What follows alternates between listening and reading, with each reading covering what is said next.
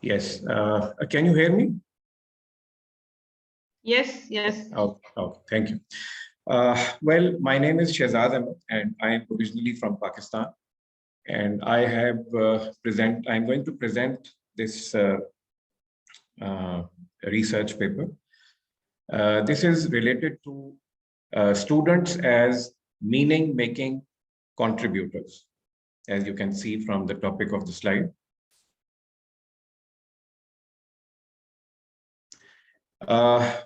Basically, I'm going to look at the concept of translanguaging and how it enables the students to step out of their traditional zone and actually contribute towards the development of the lesson. And they eventually become the co-constructors of knowledge along with the teacher. So that really puts them into a commanding position. They are able to get rid of their traditional inhibitions and they become more creative. It also gives an opportunity to the curriculum makers and the people who are responsible for making teaching materials become more active and more responsive to the need of these emergent multilinguals. As we can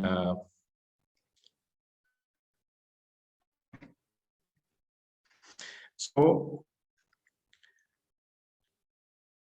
in this context, there is a researcher, Cells Merkia. He actually posited that we have moved from the grammar translation method, which involved analyzing a language, to communicative language teaching, which only focuses on using the language. And now eventually we are in a situation where we can use translanguaging or promote multilingualism. Now, this CLT, Communicative Language Teaching, it promotes monoglossic ideology. It means the language systems are separate and it completely stops using L1 in order to prepare the students for better language learning. However, Garcia disagrees with the concept of eliminating L1 completely from the classroom discourse. And he believes that integrating languages like all the languages that are operating in the background, once the starts using his collective linguistic repertoire, then he's able to produce a much better in terms of target language learning. Atmosphere becomes more lively, vibrant. The student is taking active participation, and students' background languages, his native languages, and also the target language, they are opting concurrently, and that leads to a much more pronounced language gain. And stress is on heterogeneity, where language systems are not separate but unitary. Now, translanguaging actually involves the use of the holistic linguistic repertoire. I mean, it involves the complete use of background languages. I mean, the languages that the students are accustomed to at their homes, regional languages. For example, if I talk about the Arabic students, since I'm teaching in Oman, and now there is a range of languages that they can use. There is Arabic, Swahili, Kumzari, and Baluchi. So students coming from different backgrounds, once they start using their collective linguistic resources, then that leads to a much better or informed learning. Now, translanguaging also includes multimodality, like using different gestures, objects, touch, tone, sounds, and words. So we are using a range of resources to get our message across. And as I mentioned earlier, students become more energetic and they are able to express themselves in a much better way. And as I said, that the ultimate aim is to transform them into co-constructors of knowledge in the classroom. Now, translanguaging, if we look at origin, as you must be familiar with, it was a Welsh term, first coined by Sen Williams. Then it was expanded upon by Baker and then Garcia, who referred to the use of linguistic resources without any categorization, without any rigid divisions. Now, according to Box and Garcia, in translanguaging, there are certain dimensions which need to be considered, are prominent. For example, as I said before, there is a unitary linguistic repertoire. The linguistic section is holistic. Then the multilingualism or bilingualism. Yes, this is a very important. You should ponder over it. Multilingualism and bilingualism is promoted as a positive. Speakers start taking pride in native languages rather than considering their languages as inferior or something which is not of great value. So they start valuing their languages, and that is something which raises self-esteem in the language, and it also adds to their confidence, adds to better assimilation of ideas regarding target languages. And the material effects of named languages are also considered. There are three interpretations of the prefix trans. The first strand relates to the trans system and trans space that allows greater flexibility. And we can also redefine or reinterpret education systems, empowering the students, raising their profile in the classroom, and encouraging them to take a more meaningful role in classroom discussions, where they can actually become, as I said, co-contributors of knowledge along with the teachers. And this happens because of their exposure to the collection of all those linguistic resources and backgrounds. The second strand relates to the development of new patterns of language use, in which old patterns are replaced. Social structures are also redefined. New voices come up, and linguistic rights are also redefined. But of course, this is a long-term agenda. It's not going to happen in a short span of time, but ultimately we can prepare the curriculum, we can prepare the teaching environment towards these ends. The third component is the transdisciplinary dimension that transcends discipline, and along with education, we can also focus on some other factors, but then again relates to a long-term situation. The suffix ing focuses on the short-lived nature of human communication, because as you know, that classroom activities are they are in a state of flux, they are in a state of transition. Every teacher brings his own repertoire in the classroom, and he continues to re-examine it in the light of emerging trends. So they have a fleeting nature. These research questions were framed. One, how can translanguaging enrich students' literacy skills in the target language? Then, how does translanguaging transcend the conventional approach to class? What are the untraditional methods that are adopted to take the classroom pedagogy to the next level? And of course, the drawbacks. You know that it's a controversial subject, as speakers have rightly mentioned. So there are a number of drawbacks, but that they have to be dealt with in a positive way. The purpose of this research is to use the translanguage, just to look at the time. So the purpose of this paper is to use translanguaging in order to prepare the students to get a better, a more informed, a more enlightened response in the classroom. Especially their reading and writing skills are developed. And while they are targeting the learning of target language, so they are using all resources to become autonomous learners and multilingual meaning makers. It's an ambitious agenda, I must admit. But at the end of the day, it has got so many positive attributes that it can be adopted once we do proper research, once we do proper planning. I guess it is a workable arrangement. The scope of this paper deals with the translanguaging in terms of the 3 research questions that I prepared: expanding students' literacy skills, redefining the traditional approach, and empowering students, and at drawbacks, dealing with them and fixing them in an appropriate way. Now, in order to give answers to these research questions, I used a one-shot experimental case study research design, as it was just a preliminary research effort. I was short on time, so I had to resort to this, but ultimately, of course, it will be developed into a more sophisticated research element. So in this case, I just adopted the comparative perceptions of 2 groups of students. The students were divided into 2 groups with 10 students each.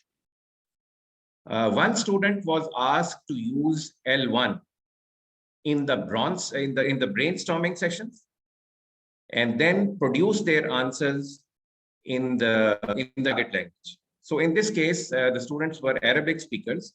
So the one group of students was asked to use Arabic during brainstorming session for the reading and writing activity, and then produce their answers in the target language. If I may elaborate upon the content, the content was taken from a Pathways book, and the reading activity was based on comprehension passage in which I framed the questions myself. They were based on the topic of this green living, and the writing, and it was the questions were prepared along the IELTS pattern, but of course with modification. The second activity related to the writing activity. In this case, I asked my students to write in an instructional essay, like how to essay or process writing regarding how to make an omelette. So, so these were the reading materials and the writing materials that were used. Now, let me tell you about the second group of students. The second group of students focused exclusively on the target language. Their thought process was based on the target language, like they thought in English and produced their answers also in English. So allowed to L2, whereas the other was allowed to do that. Now, it was found that the students who used Arabic or any other regional language during their brainstorming activity, both in reading and writing sessions, they were able to produce a much better response in terms of language and content, as opposed to another group of students who exclusively relied on the target language, that is English. But of course, as I said, that I have to develop it further by redesigning my research design on a more elaborate level, where I will be doing some other things like interviews, conducting interviews, pre-testing and post-testing, since I was short of time. So I had to rely on this time-saving method. Now, there were drawbacks also. Some drawbacks were also there. It was found that some students relied so much on Arabic to the extent that a few words were actually written in Arabic and not in English. And turning back to the target language was not easy when they were thinking all along in Arabic or some other regional language. Also, they showed initial reluctance towards it, towards brainstorming in Arabic, because it was the teacher, because I told them.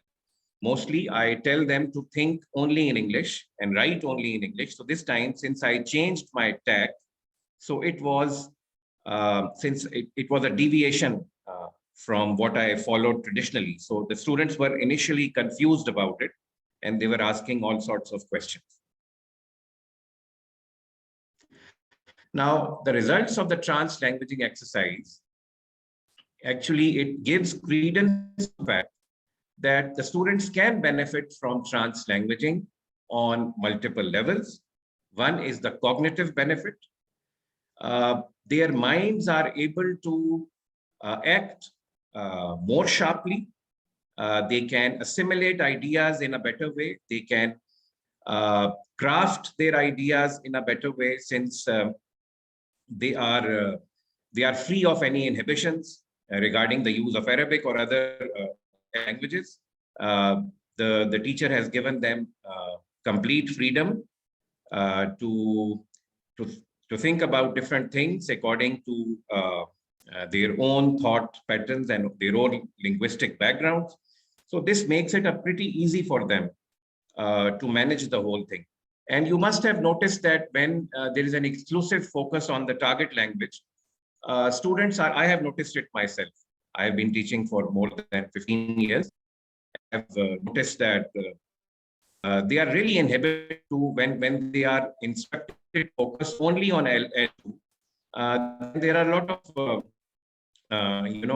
inhibitions. They are not able to put forward their ideas freely, and they feel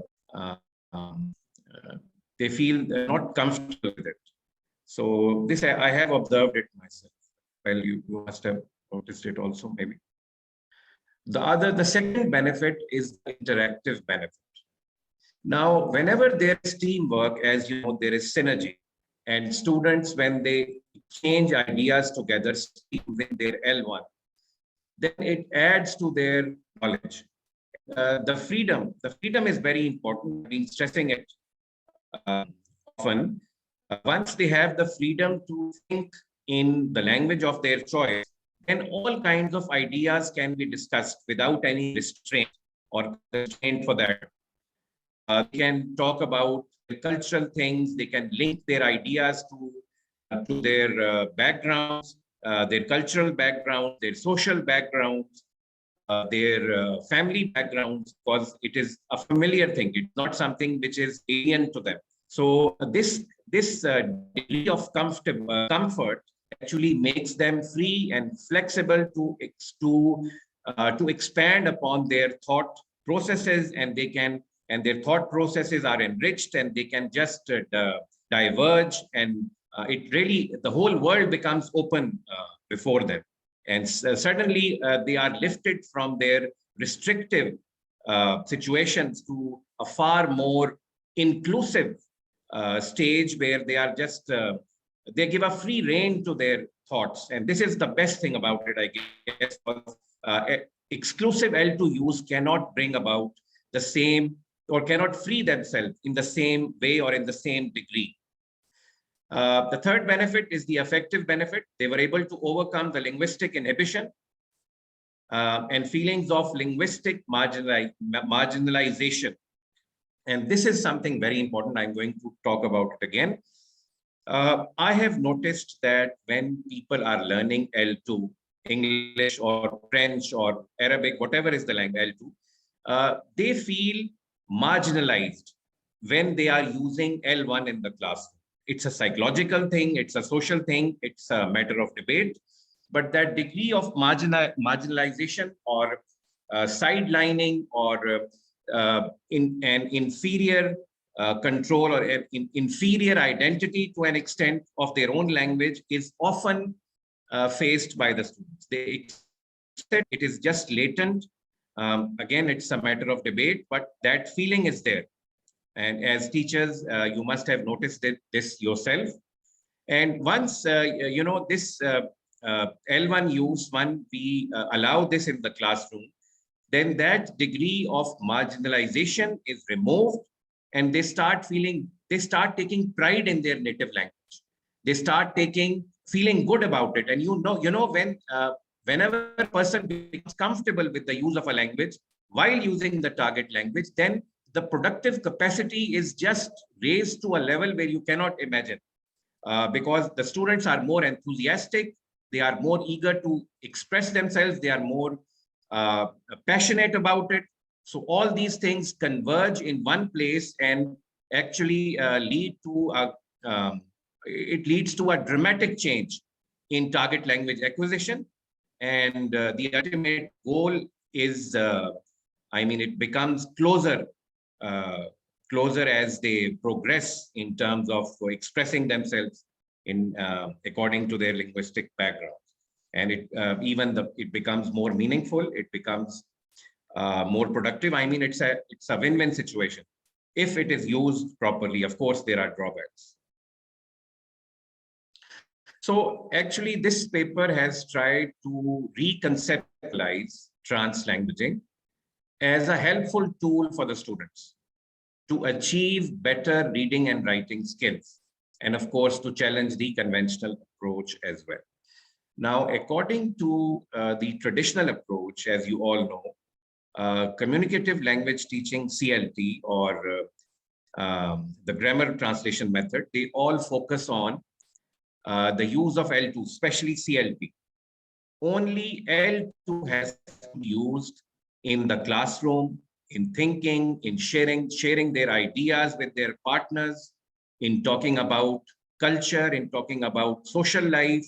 When you are in the classroom, there's a taboo of using L1, and even teachers who sometimes revert to code switching. That is not translanguaging, but just a brief or alternating, as I think my fellow speaker said, it's an alternation of languages just to explain a particular viewpoint. And I also resort to it occasionally to clarify my point of view. So once they know that, because according to tradition, any use of L1 in the classroom is considered to be like less sophisticated, or it gives an indication that the student who is using is in complete control of that language, or is avoiding it for some reason or the other. So this translanguaging approach is going to transfer the students from that restricted zone to a far more inclusive zone. And this is going to, especially, I talked about literacy, reading and writing skills, and I used material for this to the same effect. And the conventional approach to EFL, ESL learning will also be redefined. L1 has got a lot of potential. And if you are able to use it in the right context, with the right tools, with the right atmosphere, then the results are going to be dramatic. And this I felt in just one activity. Although, of course, in my case, the result was based on speculation as well, because it wasn't a long drawn out research study. But of course, I'm going to do that. And there were some external variables which could not be controlled, and that might have, the students were able to perform better because of their maybe some other external variables. So of course, those variables cannot be discounted. It's not actually only L1, but of course, there were other things. The drawbacks observed were hesitation in terms of the prescriptive use of translanguaging. Since I told them to I gave them freedom to use translanguaging. And this over-reliance on the native language, again, as I said, that some words were actually written in Arabic, maybe unconsciously, because they were so carried away by the use of this language. So again, you have to draw a line somewhere. It also stimulated the students to take a more active part. The energy was palpable, could see that the students were more eager, they were more enthusiastic. There was a sense of dynamism in the classroom when they used their own languages in producing meaning and actually extending it. And it challenges the hierarchy of languages, changing the roles of both students and teachers towards meaning-making resources. Of course, as I said before, that we are accustomed to using L2 in order to learn L1. We are encouraged to use L2 in order to learn L2, and we are sort of prohibited from using L1. But when we allow the students to use L1 without any reservation, so it helps them to become more comfortable. They are contributing towards meaning making. and their participation, they become co-constructors of knowledge, but that's at a later stage. Of course, it's not achievable in a day or two. And hierarchy of languages, like as I mentioned before, the students start to take pride in their languages. And when the pride is actually put into practical use, the target language production also becomes much improved, much more, you can say, it becomes the vocabulary that they are using, the ideas they are using, they become maturer, they become more sophisticated, and they just come out of that zone which is restricting them. So the classroom serves the dual purpose of providing learning and enabling students. And there are students who are very shy, who do not express themselves, although they have a lot of potential. So this may also be a point where these shy students who like to interact, they can come out of their sideline persona to achieve a more social role in the classroom. And again, that will be something great, but it has to be worked upon, of course. It's just the initial stages of translanguaging, but at some point in time, it can give fillip to these shy or reserved students. It removes the inhibitions of monolingual learning and language compartmentalization that is removed. They are free to use all kinds of languages, and actually this is contributing towards an addition of knowledge, towards an expansion of knowledge, and it's not going to be restrictive, although there are certain things to be considered. In this case, there are some drawbacks to using the one-shot experimental case study. I still have time. Yes, I'll just take 2 or 3 minutes. Some drawbacks to using the one-shot experimental case study, because as I said, that there was low validity of the results. There are some external variables which might be responsible for the better performance of the students, and the positive effects of the intervention may only be presumptions. Of course, as I told you, a more extensive research will be carried out while writing the research paper. On that occasion, a mixed method of collecting data will be used. A post-test questionnaire will be there. Post-test interviews will be conducted. There will be a control group, and the participants will be analyzed over a greater length of time. It says 12 to 14 weeks, but I have to see how much time is practically manageable. And so, light of this research, just like last slide, light of the research conducted, it is recommended in the long-term process, educators and policymakers, they can work together and to reconsider the use of monolingualism, exclusive monolingualism for EFL learning. So they can promote the element of multilingualism as an essential ingredient of their educational policies. So in the long prospect, they can redesign the curriculum, they can redesign the educational policies, which invokes the use of translanguaging and bring about relevant changes in other fields as well. The use of translanguaging is likely to foster long-lasting benefits that seriously challenge the traditional notions about EFL and ESL learning. So it's going to redraw the educational second learning acquisition process, or foreign learning acquisition process for that. These are my references. There are some appendices. So thank you so much for listening to me, and I am open to questions.